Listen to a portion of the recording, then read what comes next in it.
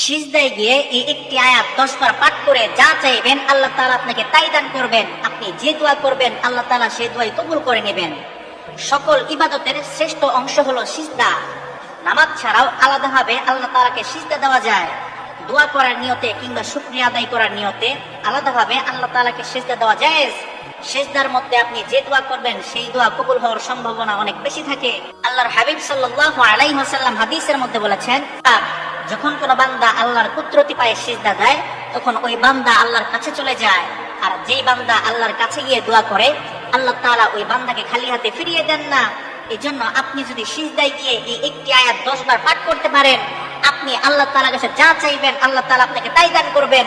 আপনি যে দোয়া করবেন সেই দোয়াই আল্লাহ তাআলা কবুল করে নেবেন। সিজদা দেওয়ার মধ্যে অনেক ফজিলত রয়েছে, অনেক বরকত রয়েছে। সিজদা দেওয়ার মাধ্যমে আল্লাহর নৈকট্য লাভ হয়। যখন কোন বান্দা সিজদা দেয় তখন সেই বান্দা আল্লাহ তাআলার সবচেয়ে কাছে চলে যায়। এজন্য বেশি বেশি আল্লাহ তাআলাকে সিজদা দিবেন। সিজদা দেওয়ার মাধ্যমে মর্যাদা বৃদ্ধি পায়, গুনাহ মাফ হয়ে যায়। সিজদা দেওয়ার মাধ্যমে মর্যাদা বৃদ্ধি পায়, গুনাহ মাফ হয়ে যায়। যখন কোন বান্দা আল্লাহ তাআলার দরবারে সিজদা দেয় আল্লাহ তাআলা ওই বান্দার মর্যাদা বৃদ্ধি করে দেন, এমনকি তার গুনাহ মাফ করে দেন। সিজদা দেওয়ার মাধ্যমে অন্তর থেকে অহংকার দূর হয়ে যায়, অন্তরের মধ্যে প্রশান্তি চলে আসে। আল্লাহর হাবিব সাল্লাল্লাহু আলাইহি ওয়াসাল্লাম হাদিসের মধ্যে বলেন, যখন কোন বান্দা সিজদা দেয় আল্লাহ তাআলা তার আমলনামায় সওয়াব লেখেন, তার গুনাহ মাফ করে দেন, তার মর্যাদা বৃদ্ধি করে দেন। এজন্য আপনি যদি সিজদায় গিয়ে এই একটি আয়াত 10 বার পাঠ করতে পারেন আল্লাহ তাআলা আপনার সকল চাওয়া পাওয়া পূরণ করে দিবেন।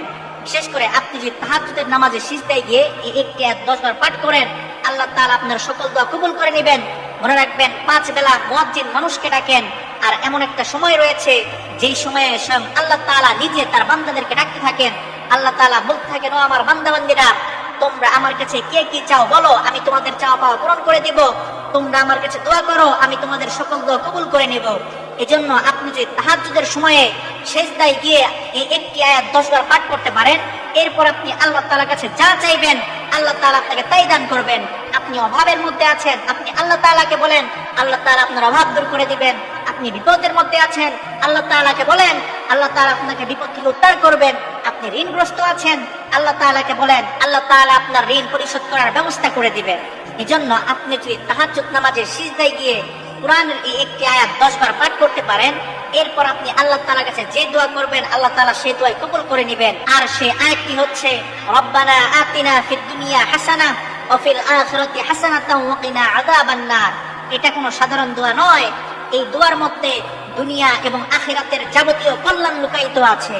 আপনি যদি তাহাজ্জুদ নামাজের মধ্যে গিয়ে সিজদায় গিয়ে কোরআনের এই একটি আয়াত 10 বার পাঠ করতে পারেন, এরপর আপনি আল্লাহ তাআলার কাছে যে দোয়া করবেন আল্লাহ তাআলা সেই দোয়াই কবুল করে নেবেন।